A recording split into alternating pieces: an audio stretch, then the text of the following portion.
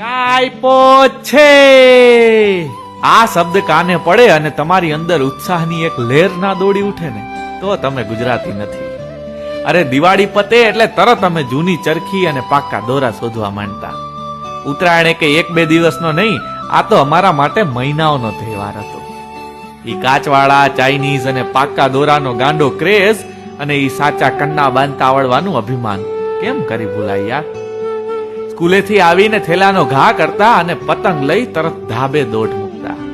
આ દુનિયાદારીની એવી ગૂંચ વળી ગઈ કે ઉકેલવા બેસીએ ને તો કાં તો આંગળી કપાઈ જાય છે અને કાં તો દોરી.